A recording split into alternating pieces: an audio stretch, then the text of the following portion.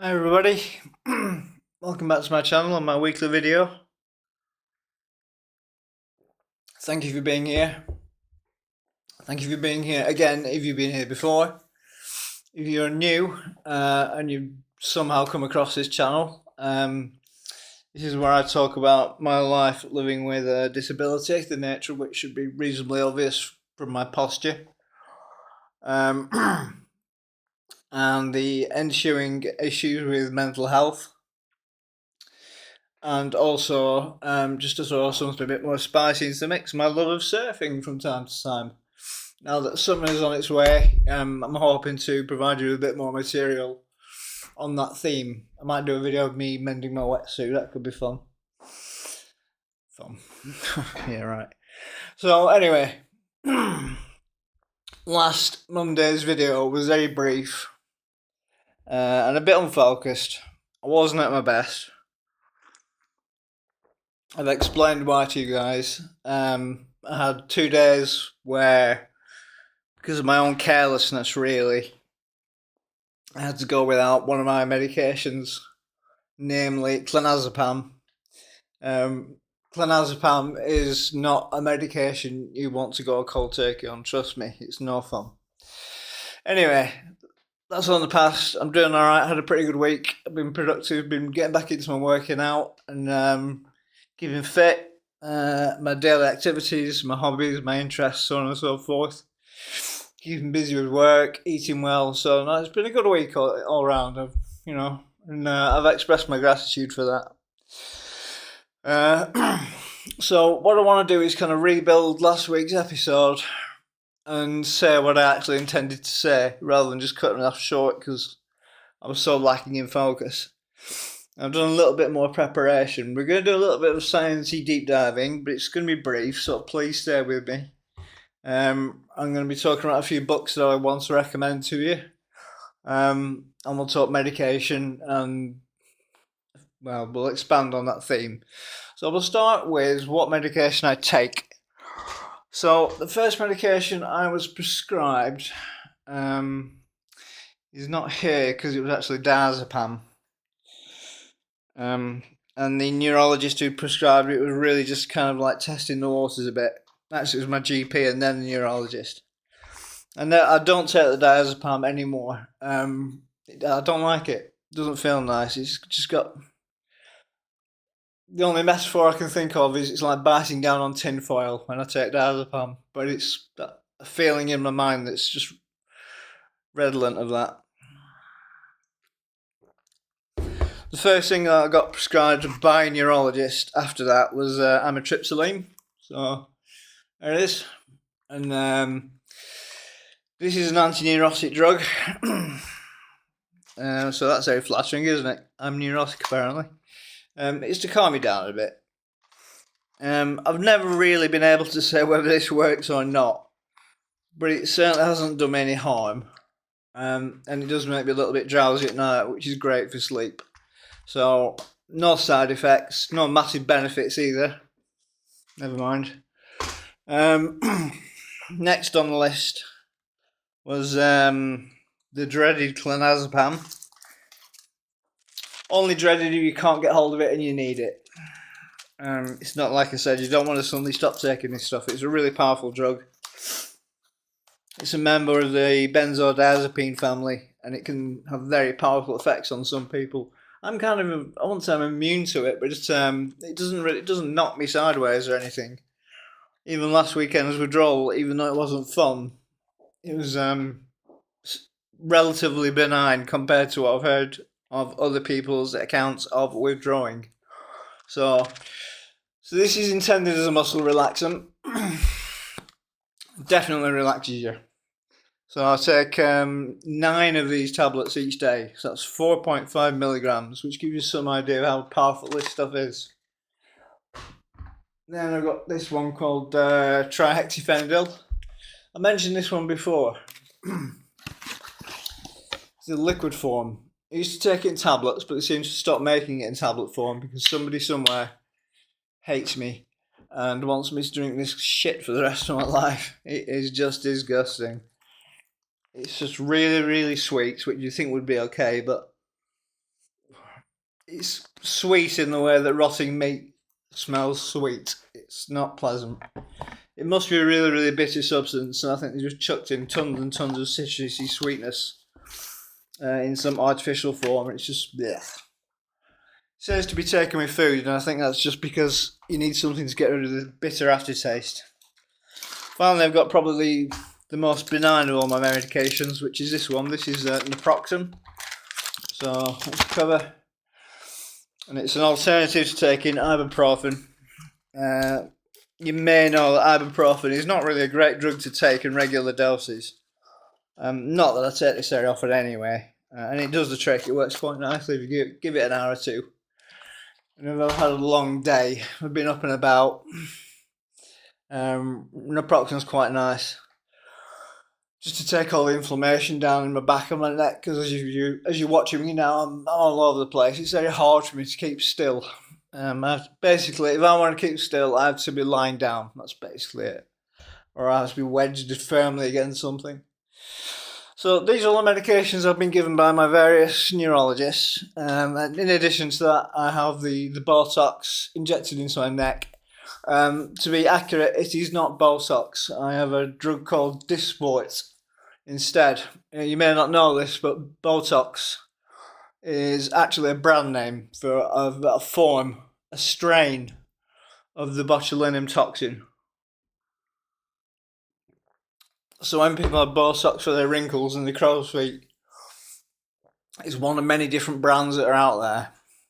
And Botox is one of the earliest that was pioneered for use in treating movement disorders. But the one that I take now, Dysport, is more modern and superior because Botox has like a very steep curve of efficacy. It lasts about 3 months, as does the Dysport. It tends to be that it'll kind of like peak very slowly.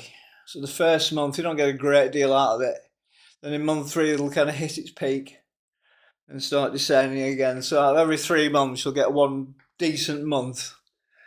Then you'll get 2 semi-decent months, and by the time you get to the last week or so, you really want to get another injection down your neck.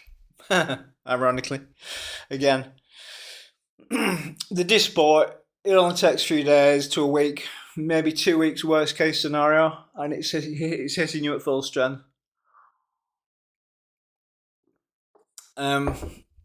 And I'm kind of at my peak with Dysport right now, so you can imagine what I'm like when I don't have it in me. But there's no how do I put this? There's no hard and fast rule about how to distribute the drug correctly per case. It's trial and error. I think I've had about 9 different sessions of Botox and Dysport since it started. And it always involves, kind of feeling around my neck, trying to find where the tension is, trying to find where the spasms are. Because there's so many different muscles that could be affected, and which could then be having a counter effect on other muscles.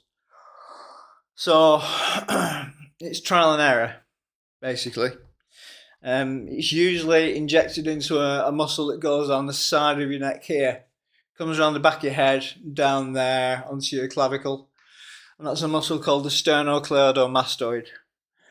So usually I have it there, and in the trapezius, which kind of wraps around the back of your head, onto your shoulders. They're both rotational muscles. This time I've had it injected into a muscle that goes down the back of my neck, straight down the back. That's called the splenius. There's a group of muscles that share that name for different reasons. It's been okay. We still need to address the rotation of the head. And I've been pushing hard for an increase in dosage, but strangely enough, the neurologists are slightly reluctant to push ahead with that, because they seem to be under the impression that botulinum toxin is a dangerous substance to be injected into a person's neck. It's lethal, it'll kill you. So they have a very slow and steady wins the race approach, and I have to respect that. I try to get them to respect the fact that I want to get on with my life. But, well, the fact is, I have a chronic health problem. I'm not the only person out there having to deal with something like this on a day-to-day basis. And you do have to just sometimes take the rough with the smooth. And accept that life isn't perfect, and I'm probably never going to drive again. Maybe I will. I'll do my best, but I'm not putting anybody else at risk by jumping in a car too eagerly. My days of going for a run are long over. I keep fit, but just have to find a different way of doing it. So it's a change of lifestyle and a change of pace. I'm not running around like I used to do. And once you can get over that hurdle of acceptance, things do improve. And that's sort of a segue onto what I really want to start talking about now. And that is not these medications. I just wanted to give you the framework of my treatment. And then we can start talking about what else I've been up to. Now, dystonia is a really weird condition. It can have all sorts of causes. It can be pathological, or whatever the opposite of pathological is, non-pathological, I suppose. Which just basically means if it's pathological, it's of its own source. Nothing's caused it in the sense that it's not a symptom of a different condition. It's just a thing you have. In the same way that you might say a cold is kind of like pathological, I suppose, I think. Because it's just a cold. It's not a side effect of something else. So treating it is tricky. Because it can spring up from out of nowhere. Or it can be caused by something very traceable. And every person out there will exhibit different symptoms. In my case, as you can see, it's this like cervical torticollis and the twisting and the slight shifting of the jaw, which can make talking a little bit difficult, which is hell for me because I love to talk. And oh shit, what was I going to say then? It'll come to me.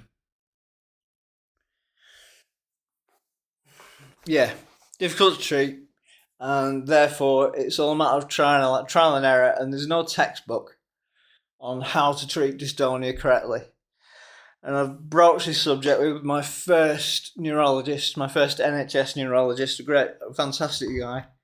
And he was kind of mealy-mouthed about it a little bit. He didn't really want to commit, but yeah, because I challenged him. I said, so basically, we haven't the faintest idea what causes dystonia, do we? And he went, well, it's a bit more complicated than that. And I was like, yeah, maybe, but only just because you're using longer words. It's not really more complicated than that. The scientific community have done lots of studies of this, obviously. It's quite a sizable proportion of movement disorders out there. So they gathered tons of data. And they've seen correlations, but what they're struggling to find is a causation. What do they need to look at every time they have a case of dystonia that's common across all the cases? And that, I think, is a real sticking point within the scientific community. And I'm telling you this because I think on the second appointment with the neurologist I just mentioned, he's quite a young chap and a good guy, I liked him.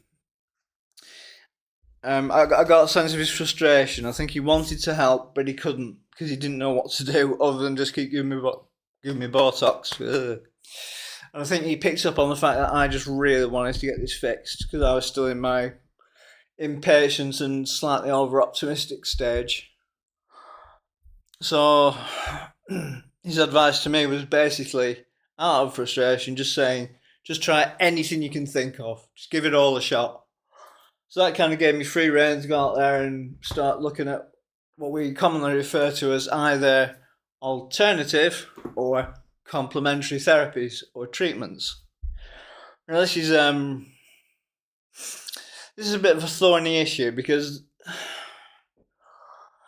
these treatments, which we think of as complementary or alternative, really stick in some people's craw. Sorry, I should silence my phone. That would be professional on me, wouldn't it? Sorry. Otherwise I'll have to answer to Mum again.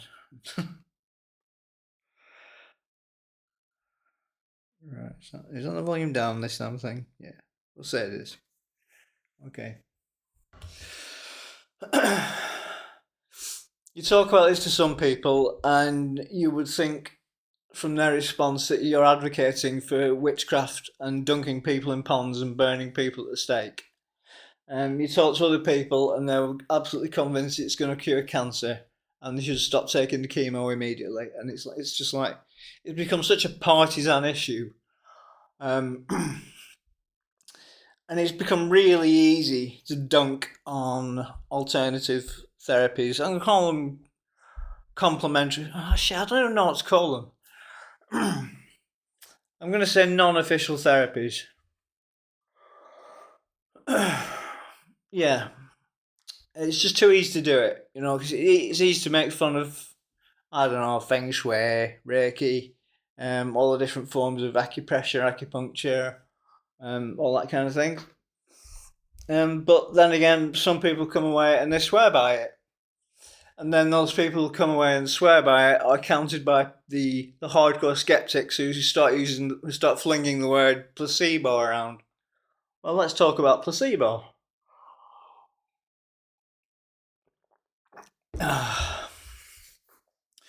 So what's the placebo effect? Well, most of us know this. We know that it's when your body manifests a response because it has such a strong belief in whatever course of treatment it has just been given. Now that view has been held for a very long time and still is held by a lot of people.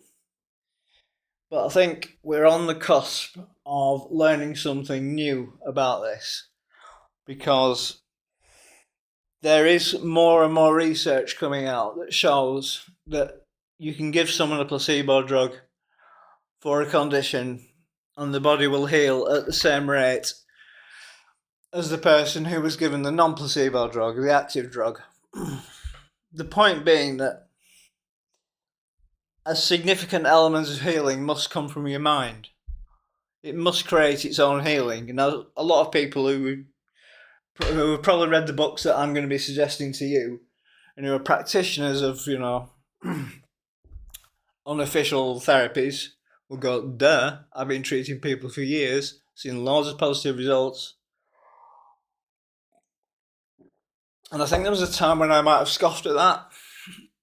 And I'm going, well, they're a bunch of dummies then, you know, it's like, they think they're getting better. It's like, no, they come away feeling better. If you're feeling better, that's a recovery. That's why there's a big difference between a doctor or a nurse or medical practitioner who has good interpersonal skills or bad interpersonal skills. The healing process, whether it be for a broken bone or an illness, isn't just physiological. It's part of your mind as well. If you don't believe you're getting better, you will slow yourself down, and you may actually not get better at all, depending on what the condition is. I haven't got a raft of studies to show you because it would just make a really, really long video, and it would get a bit boring. I've done one long, boring video so far. I'm not going to do another one, but I am going to read from some books. So, we're at this point where the placebo effect is being considered, but at the same time, desperate neurologists are saying, just try everything out there. Try Reiki, get yourself a dream catcher, do whatever it is you have to do, just give it all a shot. Which is his way of saying, as politely as he can, I haven't got a clue what to do with you. You know, I can't help you any further. So it's a sign of desperation. It's a bit of a cruel term, but you know, he wanted to help me. And he knew there was a limit to what he could do. He couldn't answer all my questions. He couldn't give me one single medication and just fix it. He knew it was going to be a long process. So his attitude was, what the hell, give it a shot. Well, around that time I was kind of looking into this anyway, and the first thing I tried, because when you're ill, your skepticism goes out the window really fast. You know, when it's something that scares you and you can't get rid of. So I think I looked into hypnotherapy first, and I found some studies that had been done, clinical studies that are on the National Institute of Health website, and they showed that people had shown improvements in their dystonic symptoms after treatments of hypnotherapy. Now, again, is that the hypnotherapy? Is it the placebo effect? Is the hypnotherapy actually doing something that makes us think in terms of hypnosis? Or is it just they've had a nice lie down and somebody actually listened to them for a while and was kind and sympathetic? Because these things matter, especially when it's a nervous system related condition. So I tried 2 different hypnotherapists privately. The first one was a trained professional hypnotherapist. She was great. She was a lovely person. But she had no experience of treating dystonia. And she tried her best. And something about hypnotherapy and hypnosis that everyone should be aware of is that when you're being hypnotised, you can't be hypnotised against your will. That's well known amongst people who understand the subject. But we've all seen too many stage shows where, people are pretending they're Elvis and all that kind of stuff. You can't be made to do that if you don't want to do it.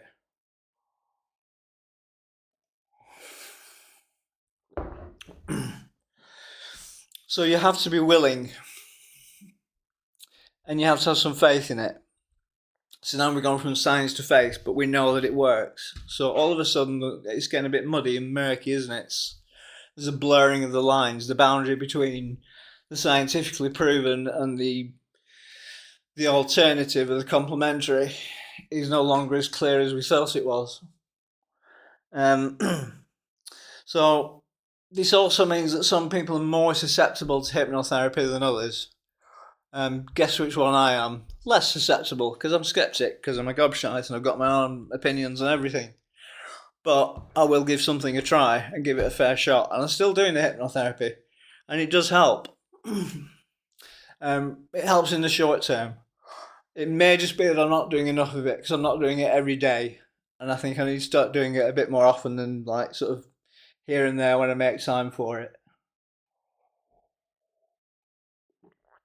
So I put a bit of a little wellness spreadsheet together on my phone. Your Google Sheets. You can do it a bit with Apple as well. I'm sure it's got something like that. I can check the boxes off for the days that I do things, and that'll probably make me more consistent. I know it will, actually. So the second hypnotherapist had loads of experience working with dystonia. She claimed she treated her sister. Yeah, I'm sure it was her sister. She'd worked for a neurologist who was he was a dystonia skeptic. Never mind hypnotherapy. Some neurologists don't even really believe dystonia is a thing. They think it's just people getting a bit carried away and being excitable. Audience, trust me, this is not me being excitable. I would like to stop moving like this. It's fucking awful. It's really, really hard.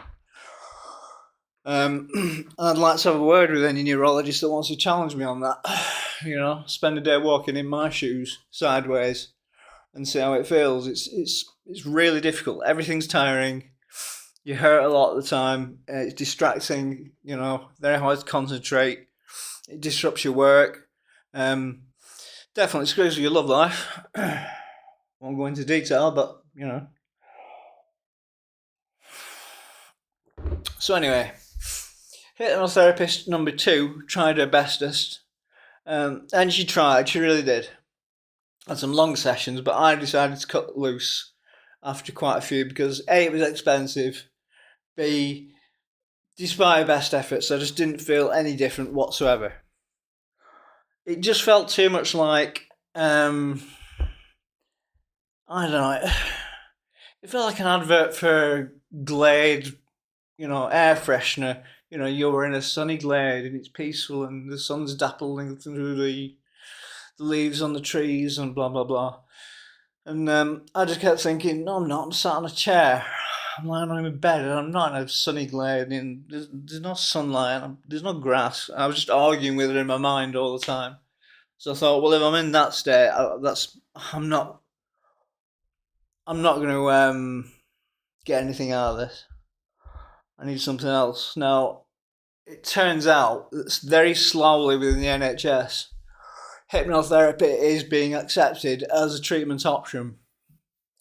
And I've been put through to a neurologist who is called Dr. Daz, I think it is, Daz, and he's up at East Lancs Hospital, their neurology department, and he's kind of one of the, I think he's like one of the pioneers of the official hypnotherapy community within the NHS. And I know there have been others because I watched interviews with other doctors.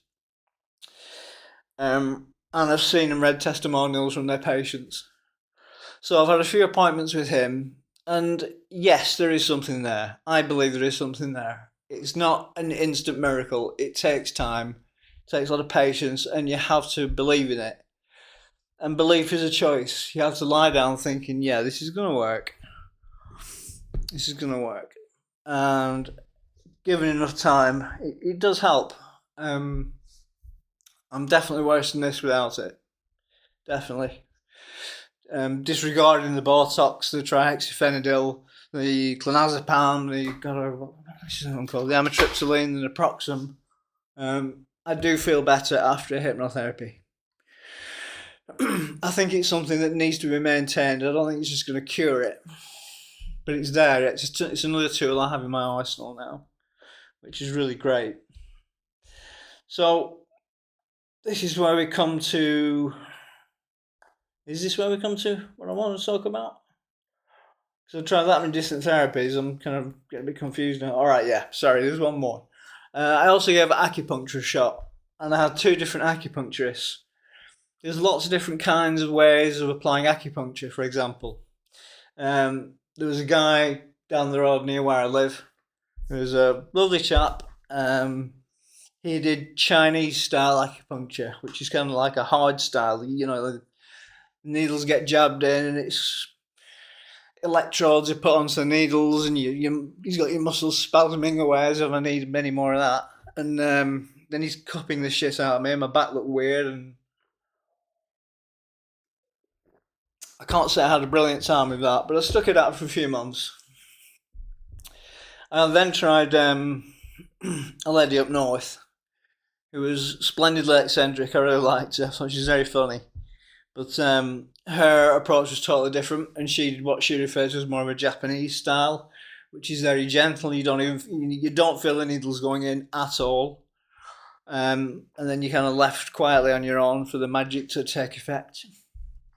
And I found some benefit from that, but again, is it placebo? Maybe, maybe not. Does it matter? Does it matter whether something's placebo? It should be a question of whether something is having a placebo effect. It should be a question of, did it help?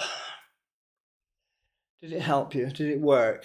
If it worked, that's fine. We can worry about why it worked later on. We can work on that in parallel. We don't have to prove it works before we start using it, or prove how it works, excuse me. We don't need to find the cause and its mechanisms before we approve it. We need to see whether it works. And that may sound dangerous at first, but then again, we put our faith in medications on a daily basis, which are produced by massive pharmaceutical companies, all of which have a track record of hurting people and not caring, and being more interested in spending money on lawyers and settling out of court than in actually helping people. And I'm not bashing Western medicine. I think it's done amazing things for mankind. I'm not crazed anti-vaxxer or anything like that. I've shown you a medication. If I didn't believe in it, I wouldn't take it. But I find it strange that if we can put it in a pill, name the ingredients, show the molecule, then it's good and it works. But if it's good and it works, but we can't show the molecule and the ingredients and the label on the packaging and whatever, or which company it came from, then we lean towards being very sceptical of it or wary of it, which is a bit mad. I think that's a kind of insanity, really. And there's a reason that we think like this. And this is where I get on to the book talk. So I'm going to start recommending a few books to you. They're all a good read. I haven't chosen because they're super dense or anything like that. You don't have to understand. You don't need a degree in physics or anything like that. I haven't got a degree in physics. You can spell fudge with my GCSE results. Right, so I want this one first. This coming up on screen is my first book recommendation. Yes, thank God it worked. Now, let's find my mouse. Interact. Yeah. So, is there much I can scroll now? God damn it. There we are. Thank you. Right, so this is The Science Delusion by Rupert Sheldrake. Don't be misled by the name. Apparently, that was recommended by his English publishers. He doesn't like it, but they wanted it because it sold. Because at the time, The God Delusion was out by Richard Dawkins, and it just, it was a good marketing name. It's not anti-science. Rupert Sheldrake is a scientist. He's an Oxbridge professor. He's definitely an eccentric kind of guy, but he really knows his stuff.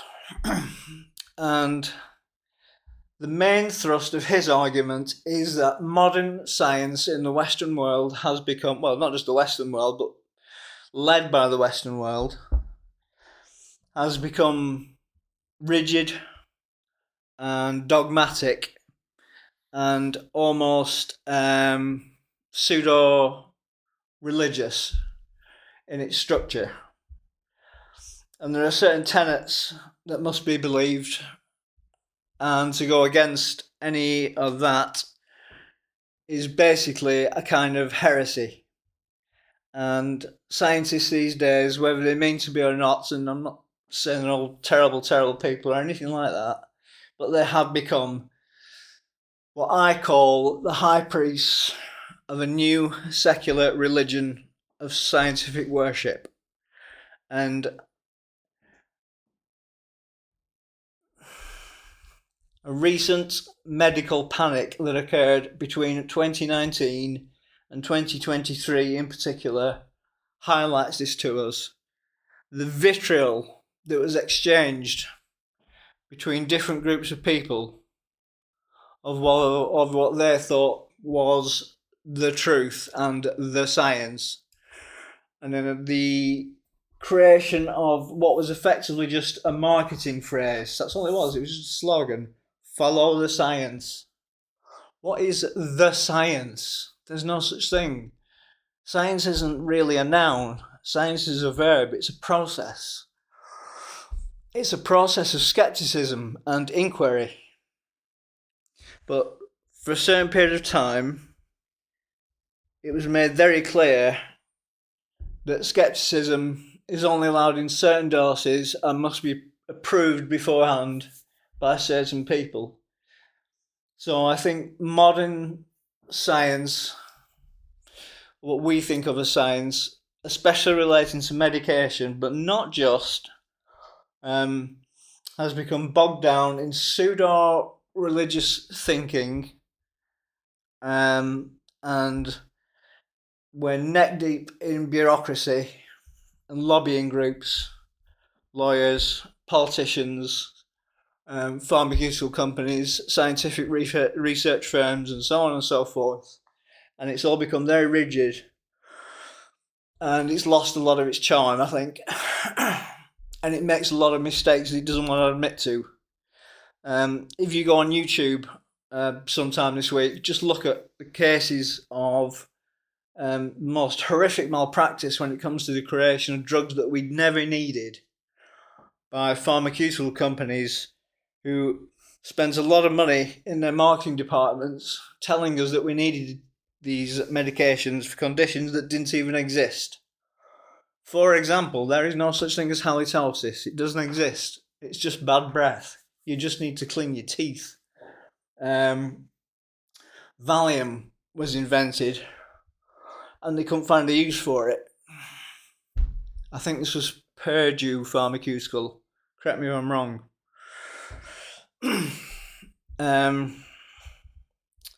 And so they created a massive marketing campaign to mums, basically, and housewives, saying, are you feeling tired of running around with a vacuum cleaner and dusting and wiping? Oh, isn't it all too much? Well, you need some Valium. So they've done this time and time again. Now, they've also produced life-saving medications. So we don't want to throw the baby out with the bathwater, but I think we need to just have a bit of a rethink about what medication is, what treatment is, what therapy is, what these words mean, and why we're so quick to condemn therapies that are effective to some people. So in this book, which I'm going to bring back, F6 wasn't it? Yeah, F6, right, okay, yeah. I'm just going to read a couple of chapters, so please bear with me. This is just to give you a flavour of the book. And I'm going to take a sip of water. Oh shit, I've run out of water as well, man. Oh, I'll just plunge in. I don't give a shit. So, this is kind of like, this sets the tone. The vision of mechanical nature developed amid devastating religious wars in the 17th century Europe. Mathematical physics was attractive partly because it seemed to provide a way of transcending sectarian conflicts to reveal eternal truths. In a new way of understanding the relationship of nature to God, with humans adopting a godlike mathematical omniscience rising above the limitations of human minds and bodies. As Galileo put it, when God produces the world, he produces a thoroughly mathematical structure that obeys the laws of number, geometrical figure, and quantitative function. Nature is an embodied mathematical system. Okay, and I'm going to skip a bit. René Descartes, I think I've mispronounced his name, but who cares, was the principal proponent of the mechanical or mechanistic philosophical nature of philosophy of nature. It first came to him in a vision on the 10th of November 1619 when he was, quote, filled with enthusiasm and discovered the foundations of a marvellous science. He saw the entire universe as a mathematical system. Turning the page. And later envisaged vast vortices of swirling subtle matter, the ether, carrying around the planets in their orbits. Okay, final paragraph I'm going to read from. We are so used to the machine theory of life that it is hard to appreciate what a radical break Descartes made. The prevailing theories of his time took for granted that living organisms were organisms, animate beings with their own souls. Souls gave organism their purposes and powers of self-organisation. From the Middle Ages right up into the 17th century, the prevailing theory of life taught in the universities of Europe followed the Greek philosopher Aristotle and his leading Christian interpreter, Thomas Aquinas, according to whom the matter in plant or animal bodies was shaped by the organism's souls. For Aquinas, the soul was the form of the body. The soul acted like an invisible mould that shaped the plant or the animal as it grew and attracted it towards its mature form. The souls of animals and plants were natural, not supernatural. According to classical Greek and medieval philosophy, and also in William Gilbert's theory of magnetism, even magnets had souls. The soul within and around them gave them their powers of attraction and repulsion. When a magnet was heated and lost its magnetic properties, it was as if the soul had left it, just as the soul left an animal body when it died. We now talk in terms of magnetic fields. In most respects, fields have replaced the souls of classical and medieval philosophy. Okay, that's enough reading. I'm sorry if the reading was a bit rough, but I kind of struggle a bit with it that day, with reading these days, or rather reading out loud.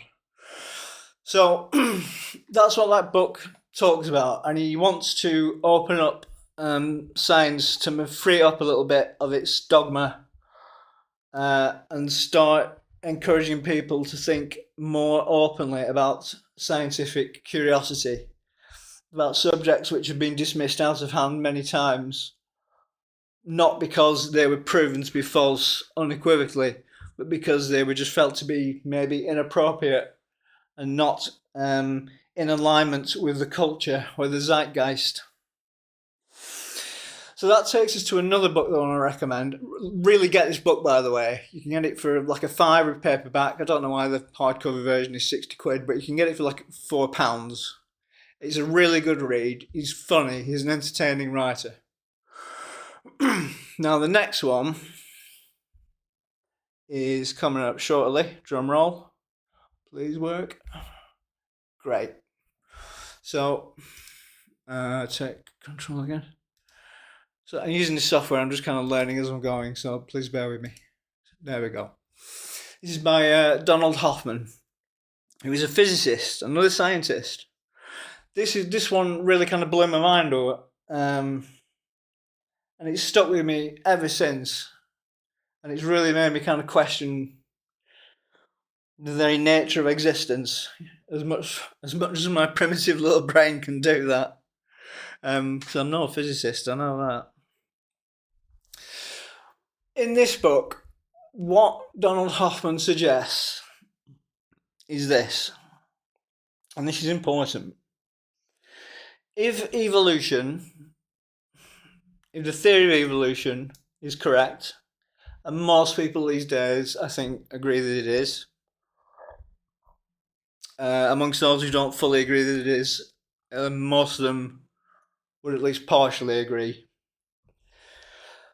If the theory of evolution is true and it exists, that means that for countless millennia, all of the species, including ours, have been gradually descending through a process of filtration, which means that if a faculty is of no use for you in terms of survival, you lose it. That's why birds don't have legs like humans, because they don't need to run anywhere. They've got wings. They evolved wings because that was, for some reason, more appropriate in whatever environment they were in. And obviously it takes many, many iterations through the generations of each species for this to happen. Well, so we are led to believe, and I believe. But it poses a question. If after tens of thousands of years, or even millions of years perhaps, our species has been filtering out all of the faculties that weren't necessary for our survival in that moment, how much of reality do we really perceive? What percentage of what can be seen do we actually see when we look through our eyes? We know that members of the cat family, big cats or small cats, have amazing night vision, but they see in black and white. Colour is of no use to them. Dogs, again, have limited vision, relatively speaking, compared to, say, a hawk, but they have an incredible sense of smell. So you look at every species, we always tend to look at what they can do, but we don't think about what they've lost, and we don't think about what we've lost. And the reason I'm making this point is because we're talking about alternative therapies, complementary therapies, and the fact that people just think it's a lot of bunk. But when you consider the notion that we basically abandoned the spiritual in the 1700s with a wave of new mechanistic appreciations of the sciences, and then you tie it in with this particular theory by Donald Hoffman, it all starts getting a bit interesting, I think. What do we not see every day? And what do we not hear? And what other faculties have we actually lost? You know, if we go back maybe hundreds of thousands of years and millions of years, you know, was there a time when we were telepathic? I mean, that sounds ridiculous at first, but why? Why is it ridiculous? we live in a universe that we can't explain at all, really, despite all the scientific advances that have been made. In fact, I'm going to find a link to a video I watched yesterday about that. I mean, the world of physics is basically at a bit of a dead end at the moment. They haven't got anywhere else to go. They've got nothing to research in terms of reductionism, breaking apart atoms, then breaking apart the nuclei, then breaking apart what's in there, and then what's in there. And they come to a bit of a dead end with what's called the Planck. So we seem to find like a physical limit, but we still don't have a working theory that unifies everything. We don't have a grand unified theory, which is the golden standard. It's what everybody wants in the world of the sciences. So we place too much faith in our understanding of the sciences. We think that science explains everything, but actually it asks more questions than it answers. We dismiss the notion, which is born out of rational arguments about evolution and spirituality and our own subjective human experience. And it just makes me wonder, what are we missing? If we ridicule people who go and get aromatherapy for an ailment, why are we doing that? If that person comes out every single time from their aromatherapy session and they feel better, is it just because the therapist was a really lovely person, and there was like nice soft music and mood lighting, and the scene was set to relax a person? And is that such a bad thing anyway? Or did the aromatherapy actually work? And is it important to believe in the things for them to work? If I take aspirin or something similar for a headache, but I have no faith whatsoever in aspirin, like really deep-seated disbelief in aspirin, I think it's just absolute nonsense. Is it possible that the aspirin wouldn't work or would be less effective? So this is all just food for thought. I wanted to head off in this direction, and maybe it's going to be a good jumping point for some of the stuff we'll discuss in the future.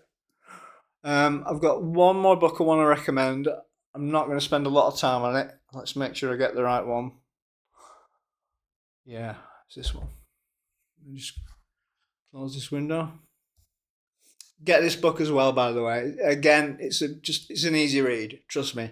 He's not doing massive formulas in there, even though he's a physicist, and he probably really wanted to. So, let's run this one. Yeah, great. Again, sorry, slight lack of preparation here. But this is live TV, folks. Right. Now I've got a copy of this book. I wanted to show it to you, but I wanted to read from it actually, but I've lent it to somebody like I always do. So I'll never see it again, so I'll end up buying about 3 copies of it because I'll keep lending it out. I do this with all my books.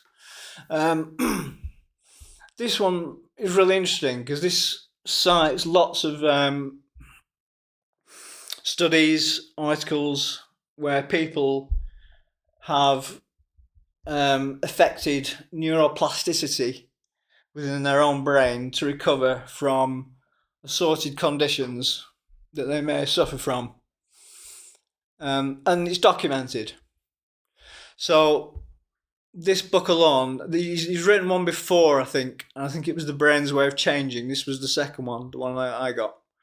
But I think they're essentially the same book.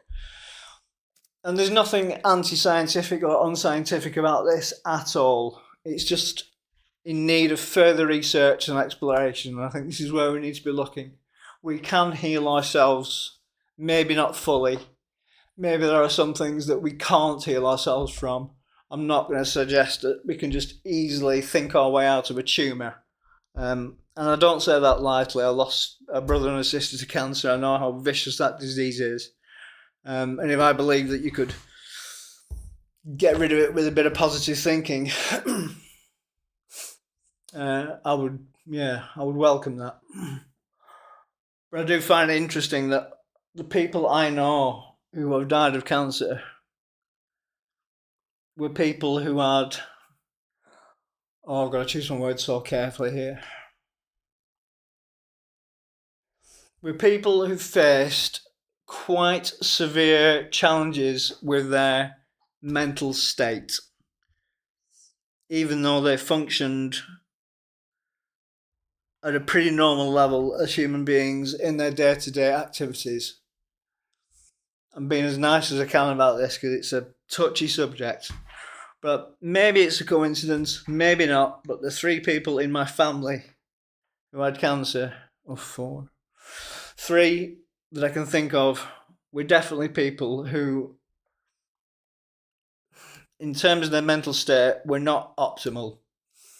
Through no fault of their own at all. They're still good people. I still love them, miss them, and they were kind and decent. But I just think science has become dogmatic.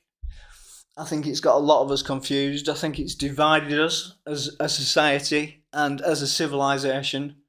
I don't think we should be scared of thinking outside the box.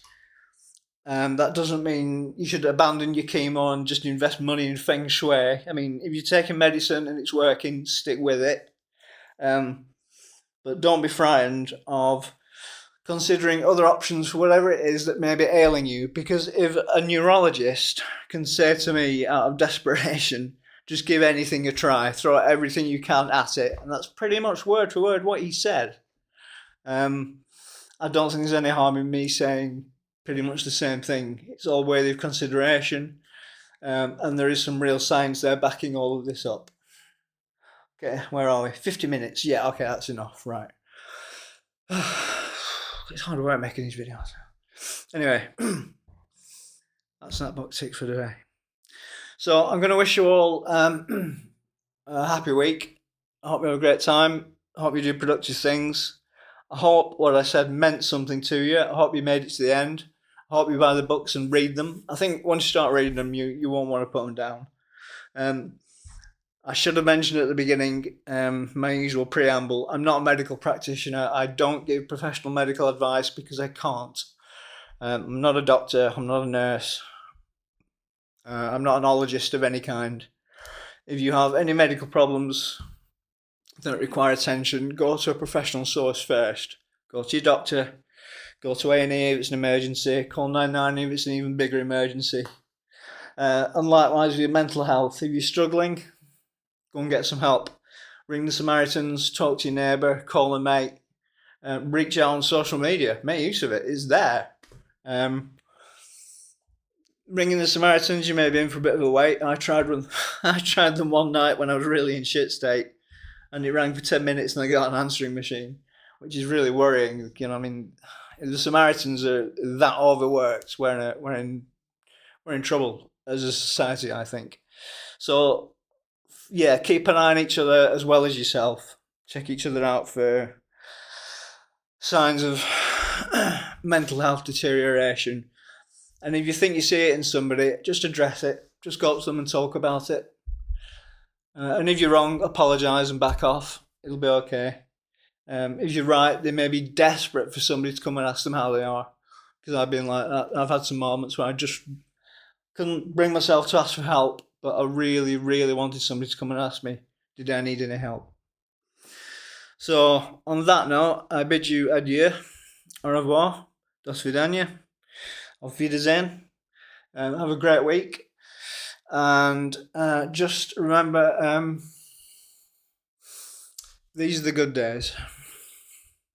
All right, goodbye.